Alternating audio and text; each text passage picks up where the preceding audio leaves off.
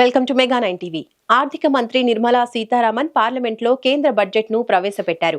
2025-26 budget Viksit Bharat zero poverty లక్ష్యంగా తెలిపారు. బడ్జెట్లో భాగంగా కేంద్ర ప్రభుత్వం రైతులకు అద్దిరిపోయే శుభవార్త చెప్పింది. పీఎం ధన్ ధాన్య కృషి యోజన పేరుతో రైతుల కోసం కొత్త పథకాన్ని ప్రకటించింది. దేశంలో వెనుకబడిన జిల్లాల వ్యవసాయానికి ప్రోత్సాహం అందేలా కొత్త పథకాన్ని తీసుకొచ్చింది.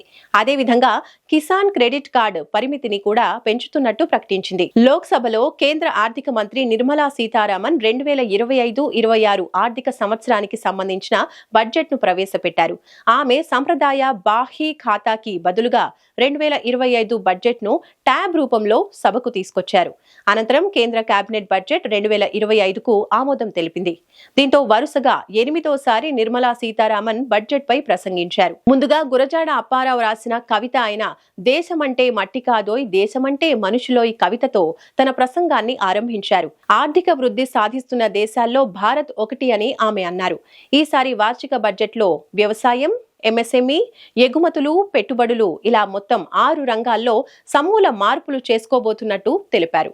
అలాగే పీఎం ధన ధాన్య కృషి యోజన పేరుతో కొత్త పథకాన్ని రైతుల కోసం ప్రారంభించబోతున్నామని అన్నారు. ప్రయోగాత్మకంగా 100 జిల్లాల్లో పీఎం ధన ధాన్య కృషి యోజన పథకాన్ని అమలు చేయబోతున్నామని అన్నారు. ఈ పథకంతో దేశంలో దాదాపు 75 కోట్ల మందికి పైగా రైతులకు ప్రయోజనం చేకూరబోతోందని అన్నారు. అదేవిధంగా దేశంలో వలసలు అరికట్టడంపైనే ప్రధానంగా దృష్టి సారించామని తెలిపారు.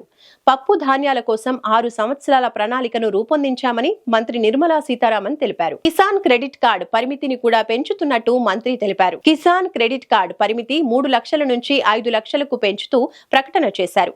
అలాగే పప్పు ధాన్యాల ఉత్పత్తికి స్వయం సమృద్ధి పథకం కింద కంది, మినుములు, మసూర్ పప్పు కొనుగోలు చేయనున్నట్టు తెలిపారు.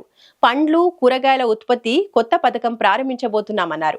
పత్తి రైతుల కోసం 5 సంవత్సరాల ప్రణాళిక ఉందని, కొత్త రకం పత్తి సాగు కోసం తోడ్పాటు అందిస్తామన్నారు.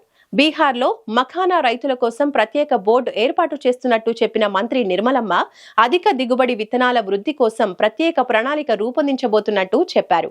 దేశంలో వెనుకబడిన జిల్లాల్లో వ్యవసాయానికి ప్రోత్సాహం అందించేందుకు గోదాములు, నీటి పారుదల, రుణ సదుపాయాలు కల్పిస్తున్నామని తెలిపారు.